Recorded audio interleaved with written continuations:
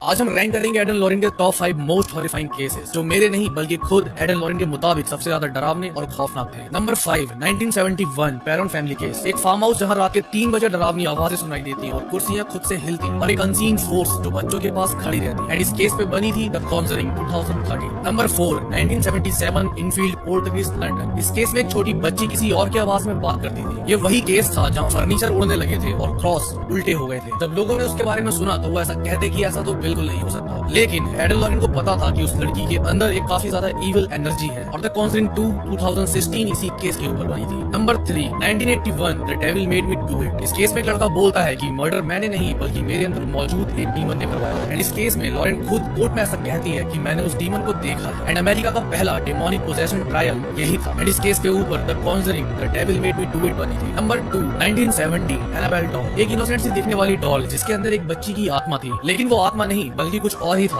और ऐसा कहना था खुद लॉरेंस का, क्योंकि जब उन्होंने डॉल को अपने म्यूजियम में रखा तो उनके खुद के घर में ही पैरानॉर्मल एक्टिविटीज होने लगी और जिसमें सबसे ज्यादा खतरा था खुद उनकी बेटी को। और ये सुनकर ही तुमने मूवी नेम गैस कर लिया होगा। तो आगे बढ़ते हैं उस केस के ऊपर जो एडन लॉरेन के लिए सबसे ज्यादा हॉरिफाइंग था। Number 1, 1975 the Amityville horror. इस केस में एक ऐसा घर था जहाँ वॉल्स के अंदर से खून टपकता था और काफी ज्यादा डरावनी आवाजें जो अंदर जाने वाले लोगों को ही सुनाई देती थी। और ये वही घर था जहाँ एक लड़के ने अपनी पूरी फैमिली को मार दिया था। एंड लॉरेंस ने ऐसा कहा था कि ये जगह हॉन्टेड नहीं बल्कि ये पूरी जगह ईविल है। सो ये थे वो टॉप 5 केसेस जो लॉरेंस के लिए सबसे ज्यादा डरावने और खतरनाक थे। और अगर ये वीडियो तुम्हें पसंद आई तो लाइक, शेयर और फॉलो जरूर करना। एंड अगर आप जानना चाहते हो एडन लॉरेन